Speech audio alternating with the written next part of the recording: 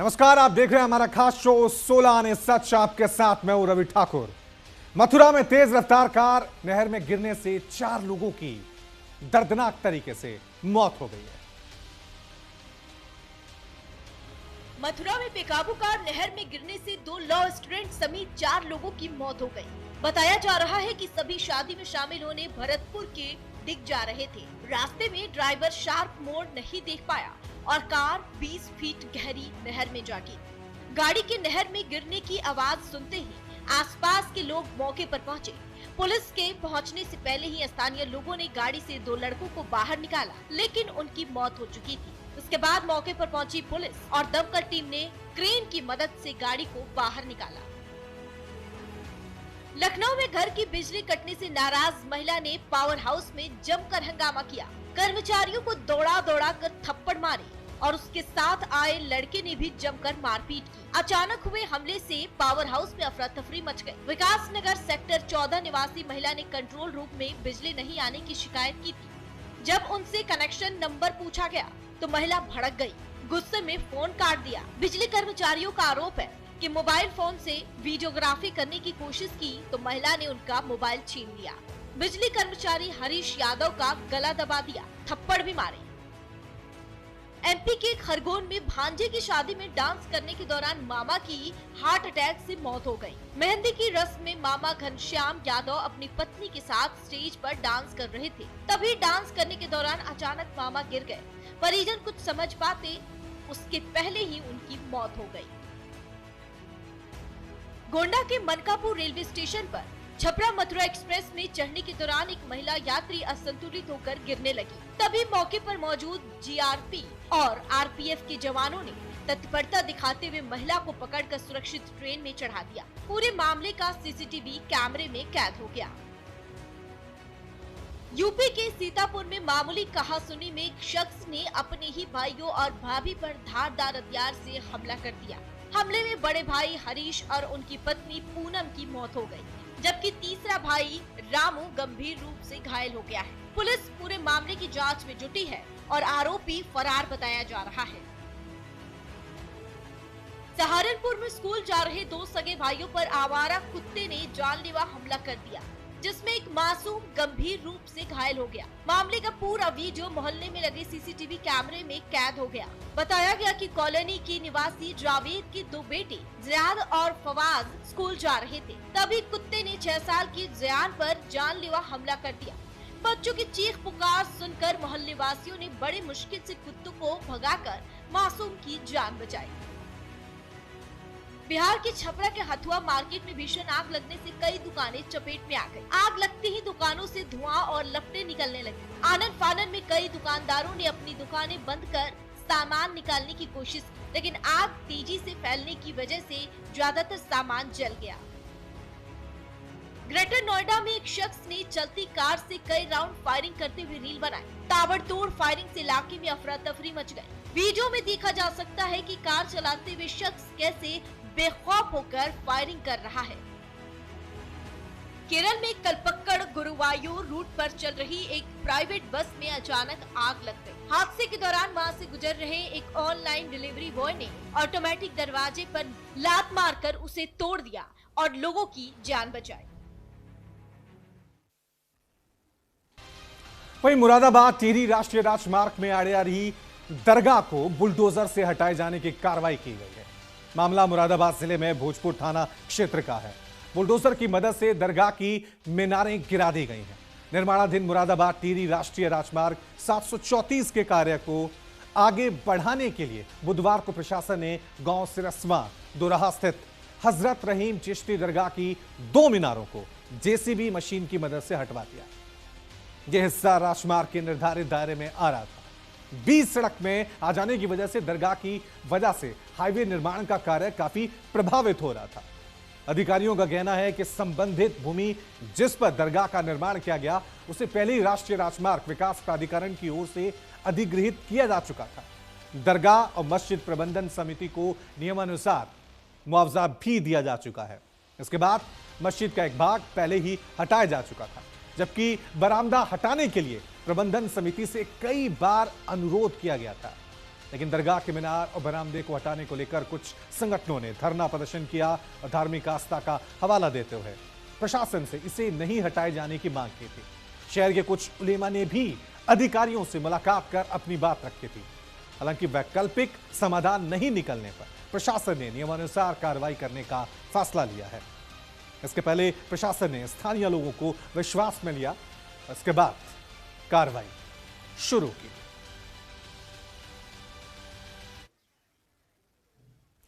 तो आप देख सकते हैं किस तरह से यहां पर,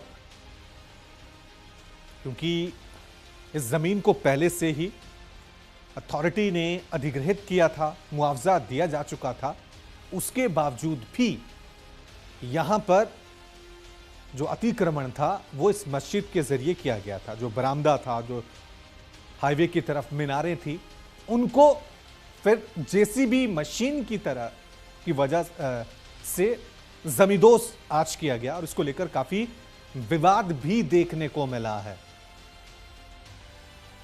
चलिए इस खबर पे और ज्यादा जानकारी के लिए सीधा रुक करते हैं मेरे सहयोगी रेहान हसन का, मुरादाबाद से हमारे साथ जुड़ गए। रेहान, जरा बताएं, आज जो कार्रवाई हुई है इसको लेकर काफी विवाद भी शुरू हो गया। जब भी दरगाह मस्जिद यहां पे कार्रवाई होती है तो कई तरह के सवाल उठते हैं। आज जब ये कार्रवाई हुई तो किस तरह की तस्वीरें, किस तरह के हालात वहां पर थे? जी, मैं आपको बताना चाहूंगा, पूरा मामला मुरादाबाद के भोजपुर थाना क्षेत्र से जुड़ा हुआ है, जहां पीडब्ल्यूडी विभाग सड़क को चौड़ीकरण का कार्य कर रहा था। इस दौरान एक दरगाह बीच में आई है जिसको लेकर पीडब्ल्यूडी मुआवजा दे चुका था। उसके बाद भी कई लोगों ने इसकी शिकायत की थी और मुआवजे की मांग की थी। फिलहाल इसके बाद जब पीडब्ल्यूडी विभाग के अधिकारी इस दीवार को गिरा चुके थे तो वही अंदर की भी 2 दीवारों को गिरा दिया गया। कई लोगों की नाराजगी सामने आई थी। फिलहाल पूरा मामला शांतिपूर्ण तरीके से बना हुआ है। लेकिन रेहान हमेशा देखता है कि जब भी इस तरह की चीजें होती हैं तो स्थानीय लोग वहां पे इकट्ठा हो जाते हैं। ये सवाल उठाए जाते हैं कि सरकार एक समुदाय के खिलाफ जबरदस्ती कार्रवाई कर रही है, बदले की भावना।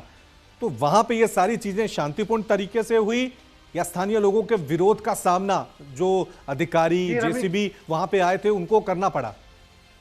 जी रवि, मैं आपको बता दूं, स्थानीय लोगों का शुरू में तो इसका विरोध था, जिलाधिकारी से भी शिकायत की गई थी। मगर आपको बता दें, मुरादाबाद की जिला प्रशासन और पुलिस प्रशासन काफी सख्त है, वो माहौल को बिल्कुल भी बिगड़ने नहीं देते। बात की जाए एसएसपी सतपाल अंचल की, जिसको लेकर बड़ा संख्या में पुलिस बल को लगाया गया था, जिसके बाद शांतिपूर्वक तरीके से जेसीबी को ले जाकर इस दरगाह की दीवार को गिरा दिया गया है। शुक्रिया रेहान तमाम जानकारी के लिए। चलिए रुक करते हैं अगली खबर का। मथुरा के बांके बिहारी मंदिर में भगवान को जगमोहन यानी गर्भगृह के बाहर के परिसर में विराजमान करने को लेकर इतना बवाल हुआ कि सेवायत और स्थानीय लोग प्रशासन से भिड़ गए। गोस्वामियों ने मंदिर की सदियों पुरानी परंपराओं को जबरन तोड़ने का गंभीर आरोप लगा दिया।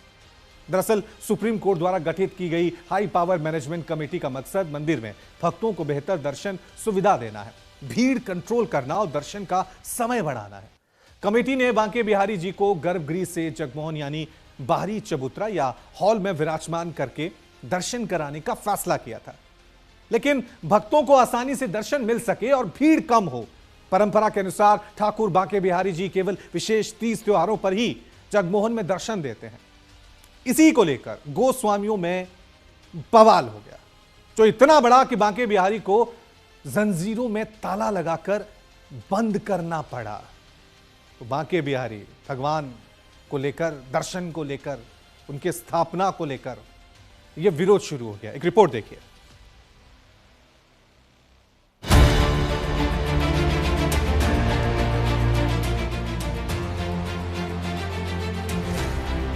बांके बिहारी महाराज की जगह बदली, बवाल हो गया। स्वयं आज सरकार के प्रशासन के आते हुए भगवान को जंजीरों में बांध के रखा। बांके बिहारी को गर्भगृह से जगमोहन में विराजमान कराया, बवाल हो गया। केवल तीज त्योहार पर ही ठाकुर जी बाहर आते हैं, डेली तीज त्योहार थोड़ी है यहाँ पर। बांके बिहारी मंदिर पर जड़ा ताला, प्रशासन और गोस्वामियों के बीच ठनी। आज हमारे ठाकुर जी को, लक्ष्मीपति ठाकुर श्री बांके बिहारी जी महाराज को हटे टूटे सिंहासन पर विराजमान कर दिया है। बांके बिहारी मंदिर में परंपरा वर्सेस नई व्यवस्था।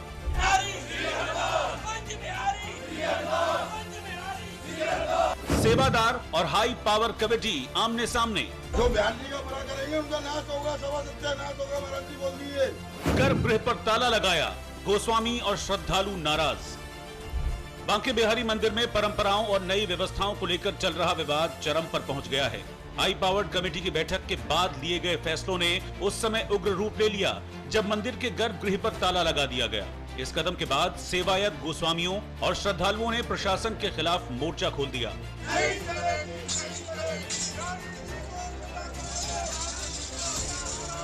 बांके बिहारी मंदिर में भगवान को जगमोहन यानी गर्भगृह के बाहर के परिसर में विराजमान करने को लेकर इतना बवाल हुआ कि सेवायत और स्थानीय लोग प्रशासन से भिड़ गए। गोस्वामियों ने मंदिर की सदियों पुरानी परंपराओं को जबरन तोड़ने के गंभीर आरोप लगा दिए। दरअसल सुप्रीम कोर्ट द्वारा गठित की गई हाई पावर मैनेजमेंट कमेटी का मकसद मंदिर में भक्तों को बेहतर दर्शनों की सुविधा देना, भीड़ को कंट्रोल करना और दर्शन का समय बढ़ाना है। कमेटी ने बांके बिहारी जी को गर्भगृह से जगमोहन यानी बाहरी चबूतरा या हॉल में विराजमान करके दर्शन कराने का फैसला लिया था ताकि भक्तों को आसानी से दर्शन हो सके और भीड़ कम हो। परंपरा के अनुसार ठाकुर बांके बिहारी जी केवल विशेष तीज त्योहारों पर ही जगमोहन में दर्शन देते हैं। इसको लेकर गोस्वामियों ने बवाल कर दिया। दीमक लग रही है गले, अगर ये डिसबैलेंस हो गया और ठाकुर जी के श्रीअंग में कोई दिक्कत आ गई तो जिम्मेदार कौन होगा? मंदिर के नोटिस बोर्ड पर जगमोहन में दर्शन के नोटिस चस्पा कर दिए गए। इसने ही आग में घी डालने का काम किया जिससे हालात और तनावपूर्ण हो गए।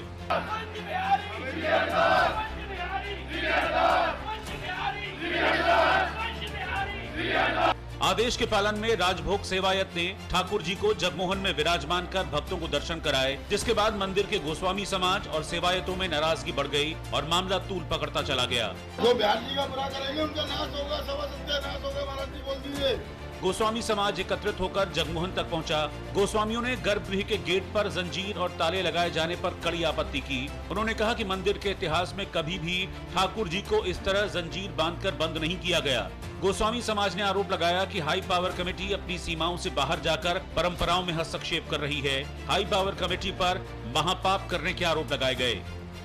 जी मैं समय से आ गया हूँ, ठाकुर जी की सेवा कर रहा हूँ। एकदम मेरा दर्शनों को लेकर कोई भी व्यवधान नहीं है, कोई भी मुझे दिक्कत नहीं है। लेकिन ये व्यवधान खड़ा हो गया है मेरे आगे, ये सब बांध दिया गया है। ठाकुर जी के दर्शन मुझको खोलने हैं ना, ये खुल रहा है। मैं आधे घंटे के अंदर दर्शन खोल दूंगा, मुझे कोई पब्लिक से कोई दिक्कत नहीं है, कोई परेशानी नहीं है। लेकिन ये सब क्या है? बताया गया कि विवाद के चलते गर्भगृह का ताला लगभग 3 घंटे तक बंद रहा। मंदिर खुलने का निर्धारित समय शाम 4:30 बजे था, लेकिन ताला बंद होने से भक्तों को दर्शन नहीं हो पाए। जैसे ही भक्तों को इसकी जानकारी मिली, उन्होंने मंदिर परिसर में नारेबाजी शुरू कर दी। कुछ भक्तों ने यूपी सरकार के खिलाफ भी नारे लगाए और ठाकुर जी को रिहा करने की मांग की। भक्तों का कहना था कि ठाकुर जी को जंजीर में बांधना आस्था के खिलाफ है।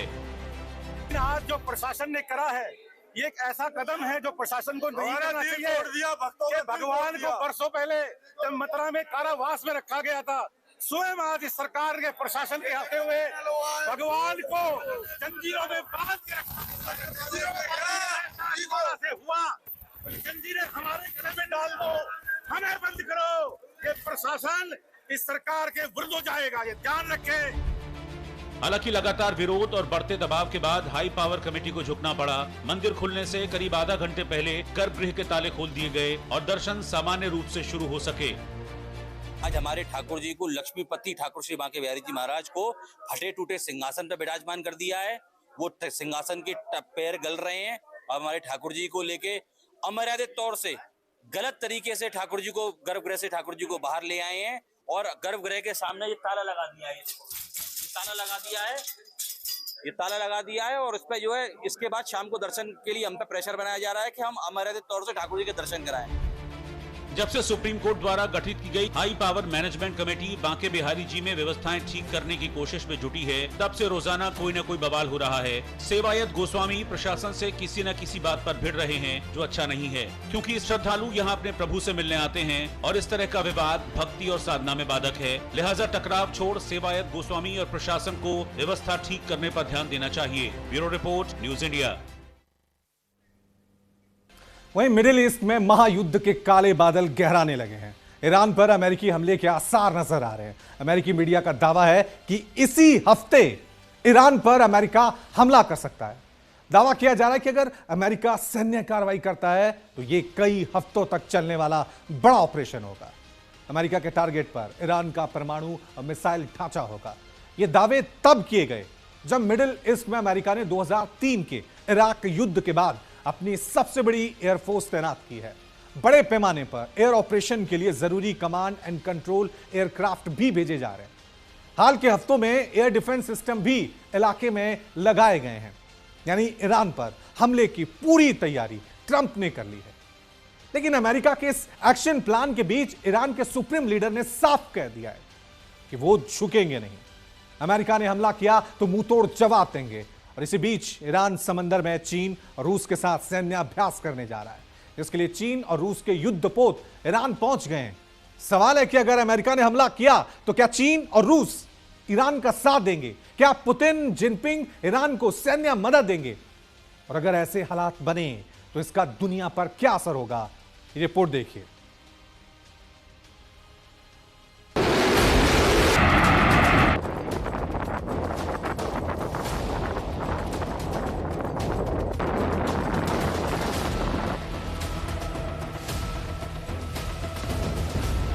समंदर में अमेरिकी युद्धपोतों की गर्जना, आसमान में फाइटर जेट की उड़ान और दहशत पैदा करती मिसाइलों की आवाज। ये महज युद्धाभ्यास नहीं, बल्कि ईरान के खिलाफ अमेरिका के उस फाइनल स्ट्राइक की तैयारी है जिसकी स्क्रिप्ट वॉशिंगटन में लिखी जा चुकी है। अमेरिका ने जमीन, आसमान और समंदर सभी जगहों से ईरान की घेराबंदी कर दी है। ईरान के बॉर्डर पर अपनी सैन्य ताकत बढ़ा दी है। और इसी बीच अमेरिकी मीडिया में दावा किया जा रहा है कि शनिवार तक किसी भी वक्त ईरान पर भीषण हमला हो सकता है। अमेरिकी मीडिया की रिपोर्ट में दावा किया जा रहा है कि अमेरिका ईरान के बीच युद्ध निकट है। यह हफ्तों तक चलने वाला पूर्ण पैमाने का संघर्ष हो सकता है। इजराइल भी कुछ दिनों में युद्ध की स्थिति के लिए तैयारियां कर रहा है। रिपोर्ट में दावा किया गया है कि अमेरिकी राष्ट्रपति डोनाल्ड ट्रंप इस मुद्दे पर परेशान हो चुके हैं और उनके करीबी सलाहकार ने आने वाले हफ्तों में सैन्य कार्रवाई की 90% संभावना जताई है। रिपोर्ट में कहा गया है कि अमेरिका और इजराइल मिलकर ईरान में ऑपरेशन चला सकते हैं। ऑपरेशन पिछले महीने वेनेजुएला में हुई सीमित कार्रवाई से कहीं बड़ा होगा। इसका निशाना ईरान का परमाणु और मिसाइल ढांचा हो सकता है। साफ है, मिडिल ईस्ट में महायुद्ध के काले बादल गहराते जा रहे हैं। ट्रंप के तल्ख तेवर तनाव बढ़ा रहे हैं। अमेरिका किसी भी वक्त ईरान पर अटैक कर सकता है और इसके संकेत भी नजर आने लगे हैं।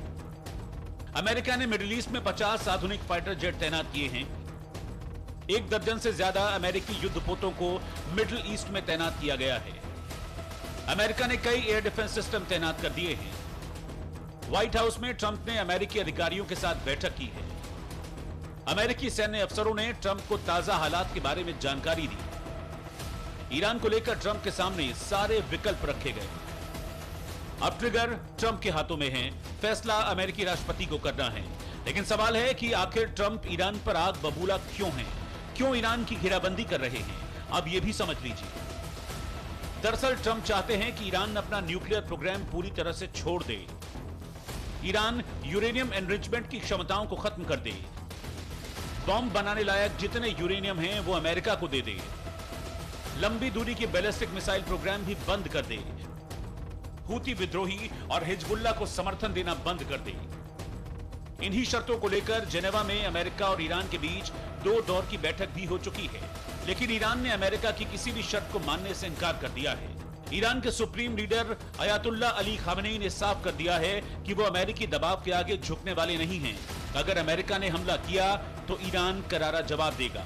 खामेनी ने कहा, अमेरिकी राष्ट्रपति लगातार कहते रहते हैं कि दुनिया की सबसे मजबूत सैन्य शक्ति को भी कभी न कभी इतना जोरदार झटका लग सकता है कि वो फिर से उठ खड़ी न हो सके। अमेरिका लगातार कहता है कि उन्होंने ईरान की ओर एक युद्धपोत भेजा है। बेशक युद्धपोत एक खतरनाक सैन्य उपकरण है, लेकिन इस युद्धपोत से भी ज्यादा खतरनाक वो हथियार है जो उस युद्धपोत को समंदर की गहराई में डुबो सकता है। खामेनी के बयान से साफ है कि ईरान ने भी आर पार का मन बना लिया है। अमेरिका पर जवाबी हमले का पुख्ता प्लान भी तैयार कर लिया है। और इन सब के बीच रूस और चीन के नौसैनिक जहाज भी ईरान के बॉर्डर पर पहुंच गए हैं। दरअसल हॉर्मुज स्ट्रेट इलाके में रूस, चीन और ईरान ने संयुक्त नौसैनिक अभ्यास के तहत जहाज तैनात किए हैं। रूस का युद्धपोत स्टॉइकी संयुक्त अभ्यास से पहले ईरान के रणनीतिक बंदर अब्बास बंदरगाह पहुंच गया है। चीन ने भी युद्धाभ्यास के लिए अपना युद्धपोत भेजा है।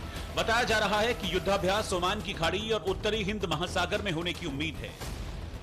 ईरान ने युद्धाभ्यास को समुद्री सुरक्षा को मजबूत करने और सैन्य सहयोग बढ़ाने का प्रयास बताया है। ये सब ऐसे समय में हो रहा है जब इस इलाके में अमेरिकी युद्धपोतों की मौजूदगी बढ़ती जा रही है। सवाल है कि अगर अमेरिका ने हमला किया तो क्या ईरान की रक्षा रूस और चीन करेंगे? क्या खामेनेई के साथ खड़े रहेंगे? और सवाल यह भी है कि इस जंग का दुनिया पर क्या असर होगा। Bureau report, news India.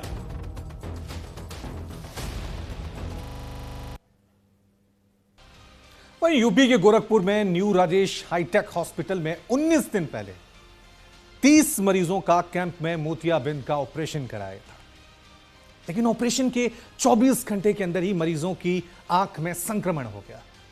इसकी वजह से कई मरीजों की हालत बिगड़ गई और उनकी आंख तक निकालनी पड़ी है। कलेक्टर ने इस मामले की न्यायिक जांच के आदेश दिए हैं। बताया जा रहा है कि सिकरीगंज में न्यू राजेश हाईटेक अस्पताल में 1 फरवरी को मोतियाबिंद के ऑपरेशन का कैंप लगा था। इस कैंप में 30 मरीजों का मोतियाबिंद का ऑपरेशन किया गया, लेकिन 24 घंटे में इनमें से 18 मरीजों की हालत बिगड़ गई। उनकी आंखों में संक्रमण हो गया, जिसकी वजह से उन्हें दिल्ली, लखनऊ और वाराणसी के सुपर स्पेशलिस्ट अस्पतालों में भर्ती कराया गया। 3 फरवरी को ही डीएम दीपक मीणा ने न्यू राजेश हाईटेक हॉस्पिटल द्वारा किए गए ऑपरेशन को लेकर जांच कमेटी का गठन कर दिया। इस जांच में मरीजों की आंखों में गंभीर बैक्टीरियल इंफेक्शन होने की बात सामने आई है। दूसरी तरफ इस घटना के बाद कोहराम मच गया है। मरीजों के परिजनों ने अस्पताल को सीज करने की मांग की है। मोतियाबिंद का ऑपरेशन और 9 आंखें निकालनी पड़ी है, 9 की रोशनी चली गई है। गोरखपुर में अगर आप अपनी आंख की रोशनी सही करने के लिए मोतियाबिंद का ऑपरेशन इस तरह के अस्पताल में करते हैं तो आपकी आंख की रोशनी भी जा सकती है। हो सकता है आपकी आंख भी निकालनी पड़े। यहां पर तमाम मरीज की रोशनी छीन ली गई और साथ ही 9 मरीजों की आंखें निकालनी पड़ी। गोरखपुर के सिकरीगंज में न्यू राजेश हाईटेक हॉस्पिटल में मरीज के मोतियाबिंद के ऑपरेशन के 24 घंटे बाद ही हालत बिगड़ना शुरू हो गया। हालांकि एक ही मरीज की बाद में रोशनी वापस आ सकी। पीड़ितों की जुबानी मोतियाबिंद ऑपरेशन की कहानी इंदारी के रहने वाले संजय सिंह बताते हैं और वो अपने पिताजी का ऑपरेशन करने के लिए न्यू राजेश हाईटेक हॉस्पिटल गए थे। ऑपरेशन के बाद उनकी आंख से ब्लड आने लगा। वाराणसी भेजा लेकिन ठीक नहीं हुआ।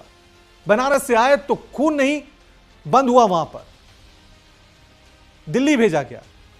कहा कि मेरे 2 लोगों का ऑपरेशन हुआ है और दोनों की हालत ठीक एक जैसी है। हमारी भाभी जी लगती थी, उनका ऑपरेशन 1 सप्ताह पहले हुआ था, इनकी आंख से पानी बंद नहीं हो रहा था। गोरखपुर लेकर गए तो डॉक्टर ने कहा कि यहां के बस का नहीं है।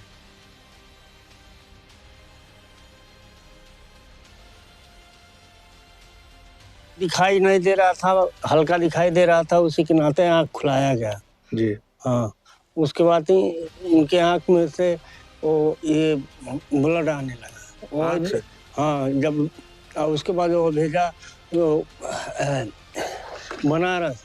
बनारस से आए तो फिर वो खून बंद नहीं हुआ तो भेजा दिल्ली। अच्छा, कितने लोगों का ऑपरेशन हुआ था? हम लोगों का 2 है। आपके घर से 2 लोग थे? हाँ। क्या नाम है 2 लोगों का? एक जनी का अर्जुन सिंह नाम है, एक राजेंद्र सिंह। वो मेरी बड़ी मम्मी है। वो वहाँ पे आँख का ऑपरेशन करवाई थी, तो वहाँ पे उनका ऑपरेशन हुआ। फिर उसके बाद ऑपरेशन होने के बाद शाम तक वो घर पे आई। फिर रात होते होते वो उनका बहुत दर्द उठा आँख से। फिर हम लोग 11-12 बजे फिर दोबारा वहाँ रात में लेकर गए। वहाँ डॉक्टर नहीं था, कोई कंपाउंडर था, तो मतलब सुई लगवाया, थोड़ा आराम मिला। फिर उसके बाद सुबह डॉक्टर जब आया तो दिन भर वहाँ पे थे। फिर उसके बाद शाम तक भेज दिया गोरखपुर में। वहाँ मतलब बढ़िया इलाज नहीं मिला। फिर फ़ोन किया कि भाई वो वहाँ मत ले जाओ, ले चले गए दिल्ली, लेके चले जाओ। तब हम लोग वहाँ दिल्ली एम्स में ले गए हैं। वहाँ उनका 2 दिन भर्ती करवाया वहाँ पे। फिर तीसरे दिन में मतलब उनका आँख पूरा निकाल दिया गया। तो आँख का ऑपरेशन हुआ, वहाँ से आई तो इनका पानी जो है बंद ही नहीं हुआ आँख से। तो दिखाने के लिए यहाँ से जब इनका तबीयत खराब हो गया तो दिखाने के लिए गोरखपुर लेके गए। डॉक्टर बोला यहाँ के बस का बात नहीं है और इसको आगे कहीं पे लेके जाइए। तो उन्होंने रेफर कर दिया डायरेक्ट दिल्ली के लिए। और दिल्ली में गया तो उनका जो है आँख बहुत ज़्यादा ख़राब हो गया था। तो डॉक्टर लास्ट पोजीशन में उनको जो है बताएं कि आँख निकालेंगे तभी ये बच सकती हैं। गोरखपुर के सिकरीगंज के आसपास के रहने वाले इन लोगों ने मोतियाबिंद का ऑपरेशन कराया था ऑपरेशन गलत हुआ और वजह ये थी कि दरअसल इन्फेक्शन फैला और हद तो ये हो गई कि इन 1 दर्जन से ज़्यादा लोगों की आँखों को भी निकालना पड़ा। लेकिन हैरान और परेशान करने वाली बात ये देखिए कि देश भर में स्वास्थ्य महकमे का ढिढोरा पीटने वाले उत्तर प्रदेश के तमाम वो लोग जो स्वास्थ्य महकमे को बेहतर बताते हैं आज खामोश हैं, लेकिन उन तमाम घरों की चिरागें बुझ चुकी हैं। कई तो ऐसे थे जो अपने घर के खेवनहार थे, लेकिन आज उन घरों में मातमी सन्नाटा पसरा हुआ है। ऐसे में 1-2 नहीं बल्कि कई ऐसे सवाल हैं जो सबके ज़हन में हैं और जवाब स्वास्थ्य महकमे और सरकारी सिस्टम को देना है। Amitesh Srivastava, news India, Gorakhpur. सिकरीगंज में जो ये हॉस्पिटल है इसमें एक दिन में कैटेगराइज्ड ऑपरेशंस हुए जिसमें इन्फेक्शन की बात सामने आई है और वो लोग अलग अलग जगह ट्रीट हो रहे हैं और कईयों में इन्फेक्शन बढ़ा भी है। तो तत्काल प्रभाव से हमने हॉस्पिटल को बंद करवा दिया है, सील कर दिया है और इसमें एक मजिस्ट्रियल इंक्वायरी सेटअप कर दी है। 1 या 2 दिन में उसे इंक्वायरी रिपोर्ट भी आ जाएगी, उससे आगे की कार्रवाई की जाएगी और कहीं भी कोई दोषी होगा तो उसके हिसाब से उनका रजिस्ट्रेशन कैंसिल और अग्रिम कार्रवाई भी की जाएगी। सर, कई लोगों की आंखें भी जा चुकी है मामले में। सर, अभी भी सीएमओ साहब अभी कुछ बोल रहे हैं? नहीं, ऑलरेडी मैंने जैसे बोला कि हॉस्पिटल को सील कर दिया गया है और जैसे ही हमें मजिस्ट्रियल इंक्वायरी की रिपोर्ट मिल जाएगी इसमें जो अग्रिम कार्रवाई करनी है, जो भी हम विधिक कार्रवाई करनी है, इसको तत्काल करेंगे। चलिए इस खबर पे और ज्यादा जानकारी के लिए सीधा रुक करते हैं। मेरे सहयोगी अमितेश हमारे साथ बने हुए हैं। अमितेश, ये इस देश के आम आदमी के साथ इतना बड़ा मजाक हो रहा है। लोग अपनी आंखें ठीक कराने अस्पताल जाते हैं, आंखें ठीक नहीं होती हैं, उनकी आंखें निकाल दी जाती हैं, आंखों की रोशनी चली जाती है। क्या वाकई में इस देश का, खासकर यूपी का हेल्थ सिस्टम ऐसा है जिसको लेकर बड़े बड़े दावे किए जा रहे हैं? और मैं डीएम साहब का भी बयान सुन रहा था, कोई दोषी होगा तो कार्रवाई होगी। 9 लोगों की आंखें निकाल दी गई लापरवाही से, गलत ऑपरेशन से, गलत दवाइयों से, और अभी तक आपको दोषी नहीं मिल रहा है। क्या कार्रवाई हुई अमितेश इस पूरे मामले में अभी तक? देखिए, इस पूरे घटनाक्रम को देखिए, दर्द है, तकलीफ है, धोखा है और एक बेदर्दी है। हम इसलिए बात कह रहे हैं कि देखिए, एक प्राइवेट अस्पताल में 1 दर्जन से ज्यादा लोग मोतियाबिंद के का जो ऑपरेशन है वो कराते हैं और उन्हें मिलती क्या है, हमेशा से उनकी आंखें जो है अब नहीं देख पाएंगी। एक गलत ऑपरेशन ने पूरे 1 दर्जन से ज्यादा लोगों के घरों को पूरी तरीके से अंधेरा में कर दिया है। उन घरों की जो ये तमाम ऐसे परिवार से हमने बात करी, उन परिवारों से जो मुखिया थे, उनके गार्जियन थे, उनके बलबूते उनके परिवारों की रोजी रोटी की व्यवस्था होती थी, अब वो हमेशा हमेशा के लिए उनकी आंखें अब दुनिया को नहीं देख पाएंगी। आप समझने की कोशिश करिएगा। और सबसे बड़ी बात यह है कि जो सरकारी सिस्टम है, सरकारी सिस्टम वो सरकारी सिस्टम जो ढोल पीटता है, बेहतर स्वास्थ्य सेवाओं का हवाला देता है, रैंकिंग में नंबर 1 आने की बात करता है, लेकिन दरअसल चिराग तले अंधेरा किस कदर है।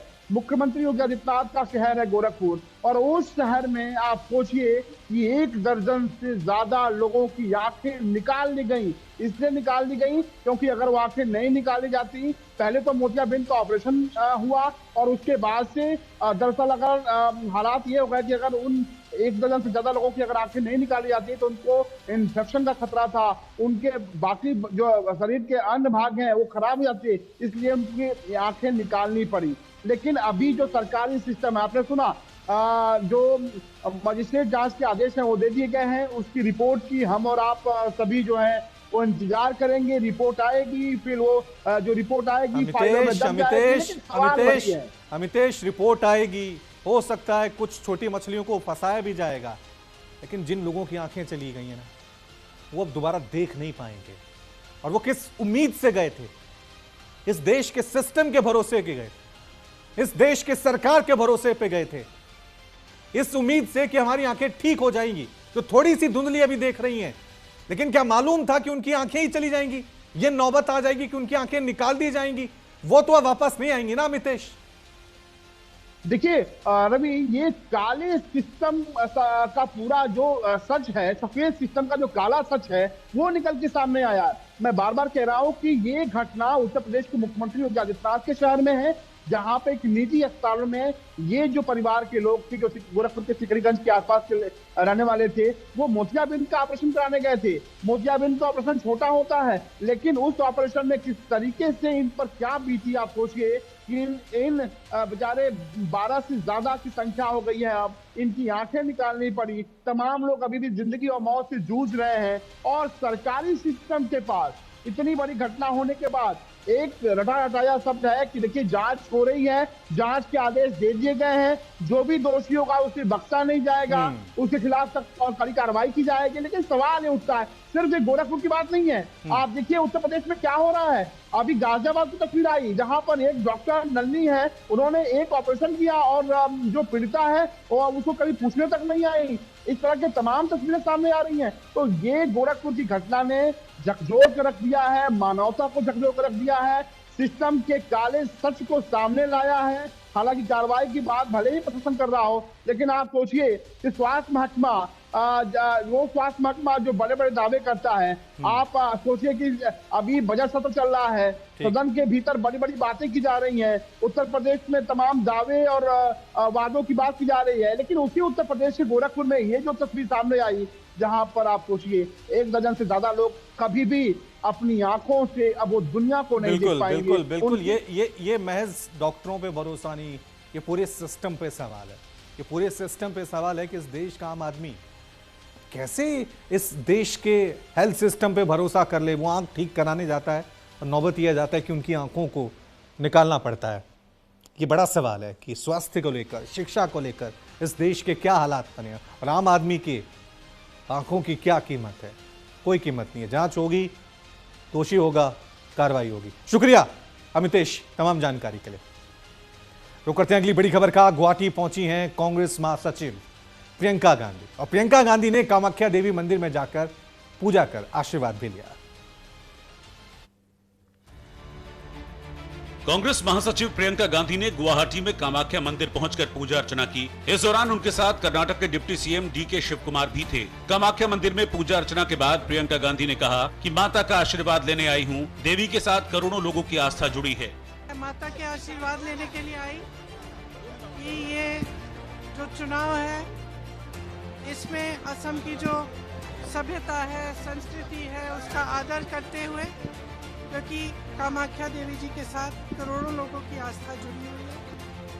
यूपी के डिप्टी सीएम ब्रजेश पाठक ने लखनऊ में अपने सरकारी आवास पर 101 बटुकों का स्वागत और सम्मान किया। दरअसल प्रयागराज में माघ मेले के दौरान शंकराचार्य स्वामी अविमुक्तेश्वरानंद को पालकी से संगम तक जाने से प्रशासन ने रोक दिया था। इस दौरान विवाद बढ़ा तो पुलिस ने बल प्रयोग किया और कई बटुकों की पिटाई की थी। कुछ बटुकों की शिखा खींचे जाने का वीडियो भी सामने आया था। इस घटना के बाद विपक्षी दल सरकार पर हमलावर हो गए थे। पिछले दिनों डिप्टी सीएम ब्रजेश पाठक ने माघ मेले में बटुकों की चोटी खींचे जाने को गलत बताया था और कहा कि वहां पाप किया गया और जिन लोगों ने ऐसा किया उन पर कार्रवाई होगी। अब 101 बटुकों का स्वागत और सम्मान किया गया।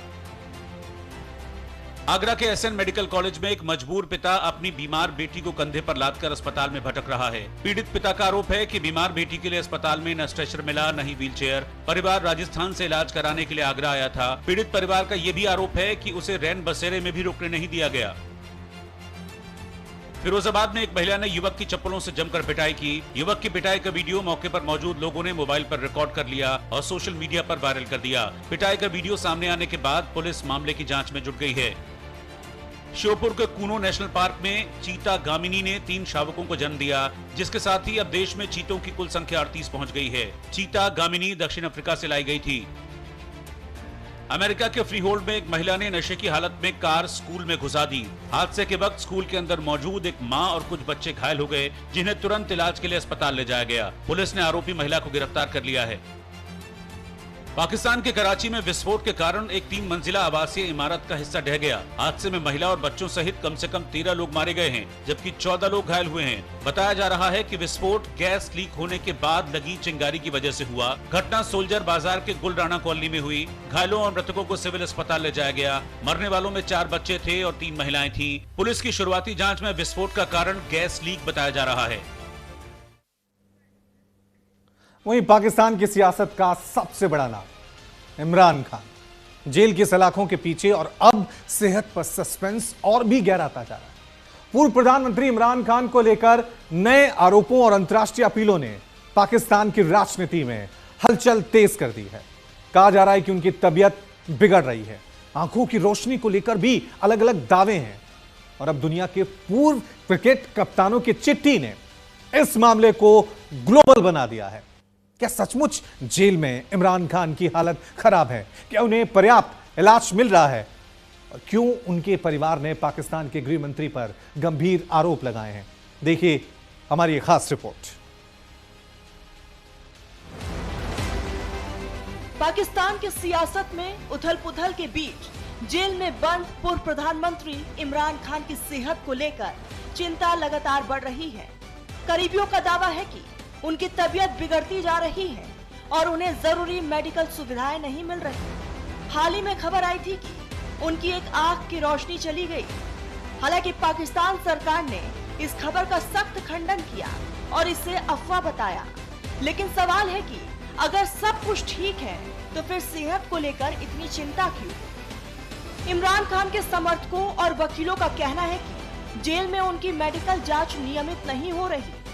उनका आरोप है कि उन्हें डॉक्टरों से मिलने में देरी होती है और कई बार जरूरी दवाइयां भी समय पर नहीं दी जाती। परिवार का कहना है कि पूर्व प्रधानमंत्री की आंखों और दिल से जुड़ी समस्याएं पहले से रही हैं। ऐसे में लापरवाही गंभीर खतरा बन सकती है। इमरान की आंखों की जांच बंद कमरे में हुई। परिवार निजी डॉक्टर को जांच में शामिल नहीं किया गया। रिपोर्ट में कई डिटेल टेस्ट रिकॉर्ड नहीं शेयर किया गया। इस मामले ने अब अंतर्राष्ट्रीय ध्यान भी खींच लिया है।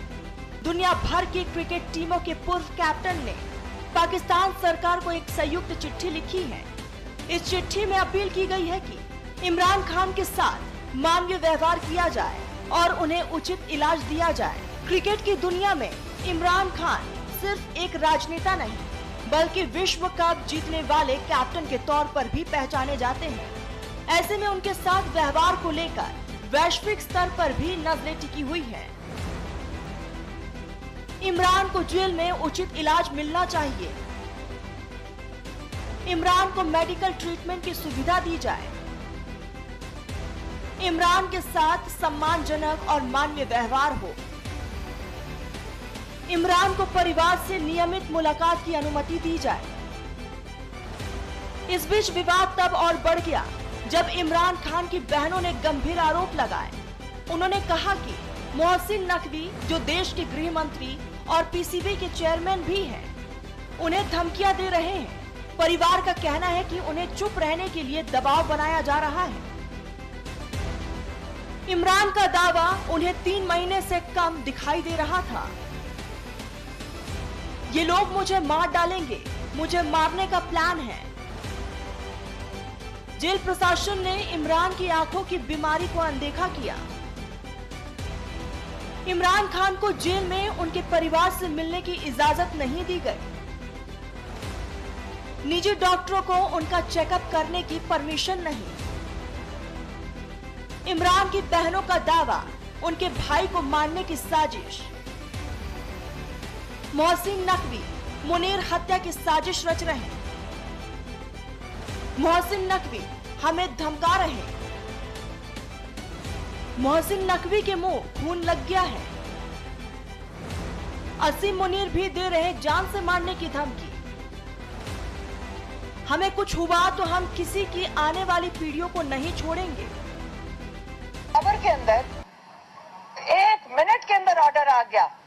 इसी धरने से जिनसे आप कह रहे हैं कि ये घबरा नहीं रहे कि लोग क्यों सड़कों पे ना आए।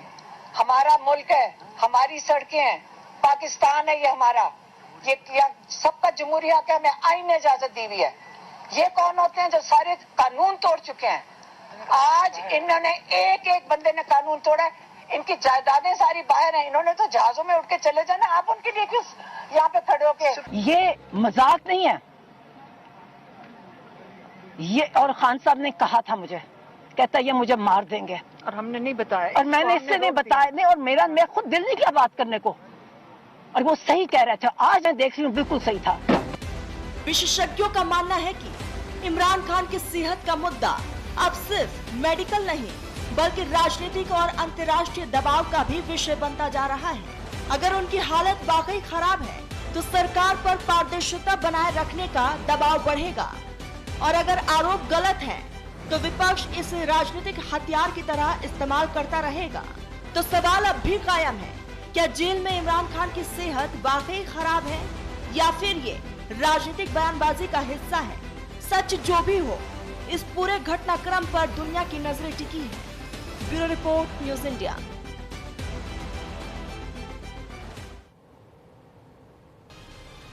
वहीं माघ मेले के दौरान शंकराचार्य स्वामी अविमुक्तेश्वरानंद के साथ मौजूद बटकों की शिखा खींचे जाने के आरोप के बाद यूपी की राजनीति में मचे हंगामे के बीच राज्य सरकार अब स्पष्ट रूप से डैमेज कंट्रोल मोड में नजर आ रही है। डिप्टी सीएम ब्रजेश पाठक ने गुरुवार को अपने आवास पर 101 बटकों को बुलाकर सम्मानित किया, उन्हें फूल मालाएं पहनाई, तिलक लगाया, उनकी शिखा का आदर करते हुए आशीर्वाद भी लिया। आपको बता दें कि डिप्टी सीएम ब्रजेश पाठक ने कहा था कि शिखा का सम्मान होना चाहिए।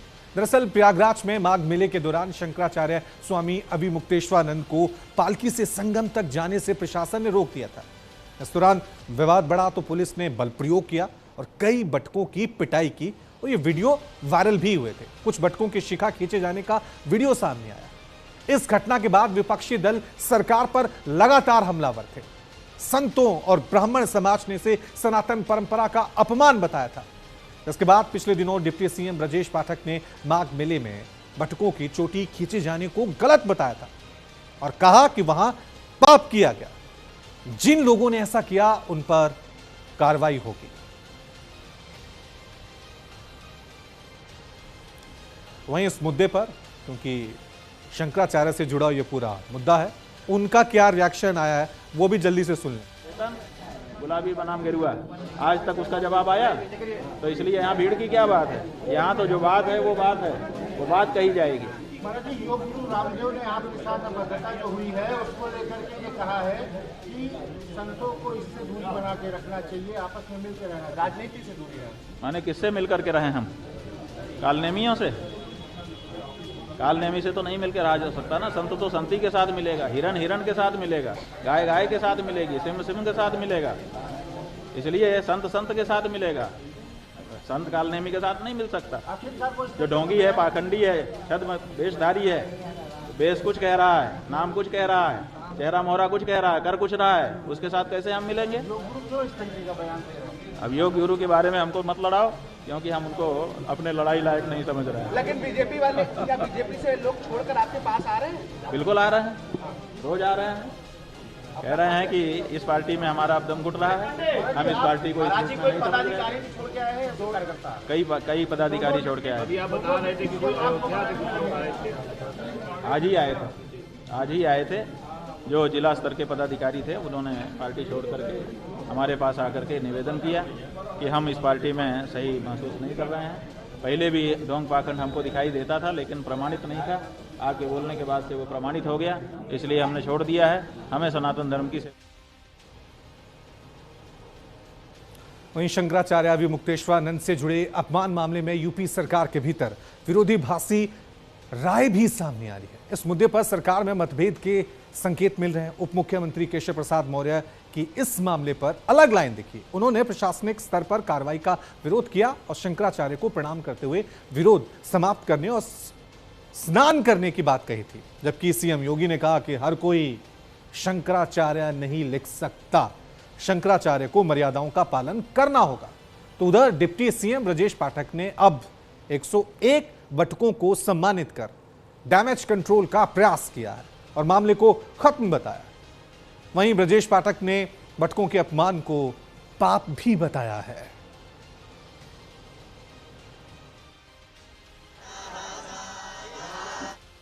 सर, उनका आरोप है कि मतलब हमको निशाना बना करके नहीं, जिन लोगों ने भी किया है उसकी जांच करके, जो उनकी जांच करके, जो भी किसी भी पूज्य संत आचार्य को, शंकराचार्य जी को, किसी भी संत का भी अनादर हमारे यहाँ करने का वो नहीं है।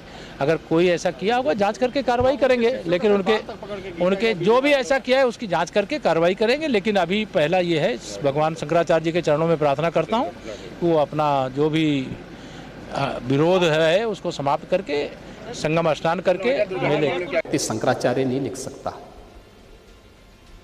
हर व्यक्ति हर पीठ के आचार्य के रूप में जाकर के जहां तहां वातावरण खराब नहीं कर सकता। उन मर्यादाओं का पालन सबको करना होगा। और अगर वो शंकराचार्य थे तो क्यों आप लोगों ने लाठीचार्ज किया था वाराणसी में? क्यों FIR लॉन्च किया था? आप नैतिकता की बात करते हैं। 4.5 करोड़ श्रद्धालु जहां पर आए हों, वहां पर जो एग्जिट गेट है, जहां से श्रद्धालु बाहर निकल रहा है स्नान करके, उस द्वार, उस पेंटून से, उस मार्ग से किसी को बाहर निकलने का कोई वो नहीं, क्योंकि उससे अंदर जाने का कोई प्रयास करता है तो एक नए स्टैम्पेड को जन्म देता है, वहां पे नए भगदड़ को जन्म देता है, श्रद्धालुओं के जीवन के साथ खिलवाड़ करता है। एक जिम्मेदार और मर्यादित व्यक्ति कभी इस प्रकार का आचरण नहीं कर सकता। चोटी खींचे जाने का कार्य है, उसको कोई भी व्यक्ति जो सनातन संस्कृति को मानता है, जो हिंदू मैथोलॉजी को जानता है, चोटी खींचा जाना एक बहुत बड़ा अपराध है और ये पाप है। टच करना पाप है और खींचना तो महापाप है। और इस प्रकरण में जो भी दोषियों से खिलाफ कड़ी कार्रवाई होना चाहिए। वहीं 101 बटकों के सम्मान पर समाजवादी पार्टी के नेता शिवपाल यादव का कहना है कि ब्रजेश पाठक उस पार्टी का हिस्सा है, मौजूदा मंत्रिमंडल में भी शामिल है। शंकराचार्य के साथ हुए बर्ताव पर बुरा लगा तो इस्तीफा दें। पाप तो उन्हें भी लगेगा क्योंकि वो उसी मंत्रिमंडल के सदस्य हैं। डिप्टी चीफ मिनिस्टर उसी सरकार में हैं जिसमें पूजनीय शंकराचार्य जी का अपमान किया है।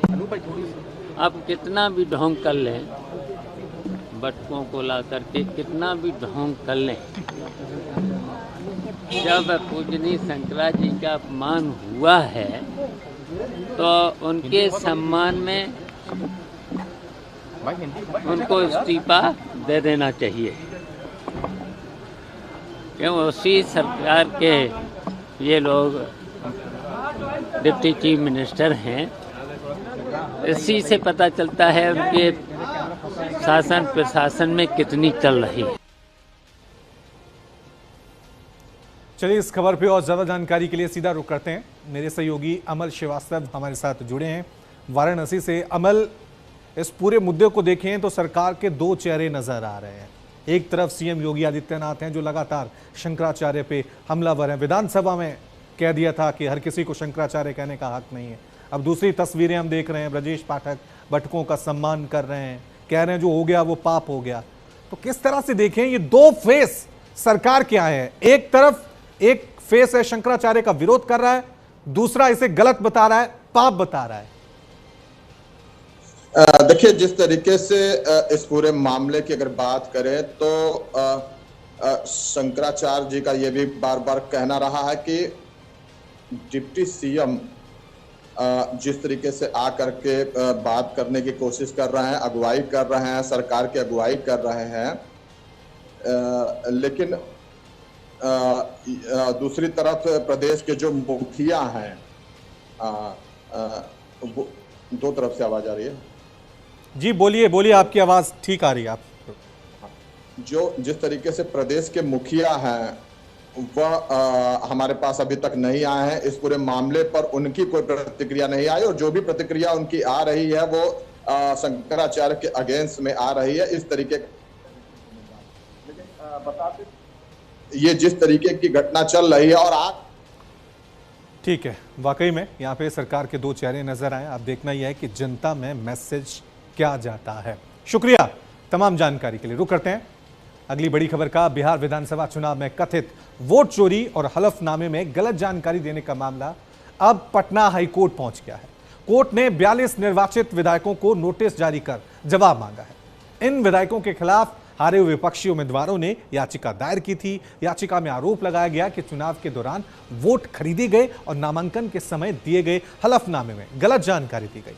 साथ ही एनडीए पर मतदाताओं को 10-10 हजार रुपए देकर वोट खरीदने का आरोप भी लगाया गया है। जिन प्रमुख नेताओं के नाम याचिका में शामिल हैं उनमें विधानसभा अध्यक्ष प्रेम कुमार, ऊर्जा मंत्री विजेंद्र यादव, पूर्व मंत्री जीवेश मिश्रा और विधायक चेतन आनंद समेत कई और विधायक हैं। फिलहाल मामला हाईकोर्ट में लंबित है और सभी विधायकों से जवाब तलब किया गया है। आपको बता दें कि बिहार विधानसभा चुनाव के नतीजे आए काफी समय बीत चुका है, लेकिन चुनाव में कथित धांधली को लेकर विवाद अब भी थमा नहीं है। विपक्षी दल लगातार चुनाव प्रक्रिया पर सवाल उठाते रहे हैं। इसमें देखिए कि इलेक्शन पिटीशन द्वारा जो है 40 से ज़्यादा जो है विधायकों के ऊपर जो है मामला दायर किया गया है माननीय उच्च न्यायालय में, जिसमें कि कुछ विधायकों को नोटिस दिया जा चुका है, कुछ को अभी देना बाकी है जो दिया जाएगा। जिसमें मेन मामला जो है 10-10 हज़ार करके जो बिहार का स्कीम था उसके तहत जो महिलाओं को 10-10 हज़ार रुपये करके देना था, उसी के तहत उन लोगों को दिया गया था और इसमें जो है बिहार के विधायकों को जो है इसमें लपेटा गया है, जिसको लेकर के मामला दायर किया हुआ है माननीय उच्च न्यायालय में। इसमें भी मैं मजबूती से अपना पक्ष रखूंगी और अपना पक्ष रखते हुए मैं इसमें देखती हूँ क्या होता है। सवाल है कि वोट चोरी हुई है, ये आम आवाम जानती है और चुनाव आयोग जिस तरह से ईवीएम का खेला किया है ये आम आवाम जानती है। वोट महागठबंधन को मिला है, रिजल्ट मिल रहा है एनडीए को, तो इसलिए कानून का शरण लेंगे और कानून जो कहेगा वो हम लोग मानेंगे। देखिए, ये जो विपक्ष का जो आरोप है ये निराधार है, सच से पड़े हैं। अदर स्टेट में आप जाएंगे देखेंगे कि चुनावी मुद्दा, चुनावी एजेंडा जो होती है सरकार परिवारों को, गरीब परिवारों को या अपने।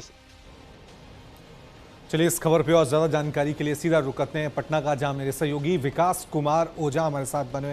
विकास, किस तरह से देखें विपक्ष ने जो याचिका दायर की और अब हाईकोर्ट ने जवाब तलब भी कर लिया है, क्योंकि अब तो चुनाव हो चुके हैं, नतीजे आ चुके हैं, एनडीए को यहाँ पर बहुमत मिला है। किस तरह से देख रहे हैं, क्या वाकई में अगली सुनवाई होती है और कोर्ट ने अगर विपक्ष के पक्ष में ये फैसला दे दिया तो एक बड़ा भूचाल आ जाएगा बिहार के सियासत में? जी बिल्कुल रवि, पहले समझना होगा कि जिस समय ये चुनाव संपन्न हुआ उसके 40 दिनों के अंदर आपको कोई भी अगर चुनाव को लेकर मतभेद है तो आप पिटीशन दायर कर सकते हैं। तो ये तमाम पिटीशन उसी दरमियान जो है वो दायर किए गए हैं। अब इसमें यह है कि कुल 40 विधायक हैं जिन पर जो है इलेक्शन पिटीशन दायर किया गया है पटना के हाई कोर्ट में, और इसमें से ज्यादातर वो सत्ता पक्ष के विधायक हैं और उन पर आरोप यही है कि चुनाव के दौरान 10-10 हजार रुपए देकर वोटरों को जो लाभान्वित किया गया, वोट खरीदा गया, वोट चोरी की गई। और उसके अलावे जो विधायक हैं, कुछ विपक्ष के भी विधायक हैं जिनके हलफनामे में यानी एफिडेविट में जो गड़बड़ी है उसको लेकर भी इलेक्शन पिटीशन दायर किया गया है। तो कुल मिलाकर जो इसमें जो मेजर जो पिटीशन है वो सत्ता पक्ष के विधायकों के खिलाफ है और उस पिटीशन में साफ तौर पर ये लिखा गया है कि 10-10 हजार रुपए देके वोट को प्रभावित किया गया, वोट चोरी की गई, और इसी को लेकर पटना हाई कोर्ट ने नोटिस जारी करके तमाम विधायकों से उनका जवाब मांगा है। रवि, शुक्रिया विकास तमाम जानकारी के लिए। वहीं फुलेरा दूज पर वृंदावन के मंदिरों में होरी रे रसिया गूंजने लगा। राधा वल्लभ मंदिर में ठाकुर जी ने भक्तों संग गुलाल की होली खेली है। इसी के साथ अब समूचे ब्रजमंडल में होली का काउंटडाउन शुरू हो गया है। इन्हीं विजुअल के साथ छोड़े जाते हैं इस प्रोग्राम में। बने रहिए हमारे साथ, देखते रहिए न्यूज़ इंडिया।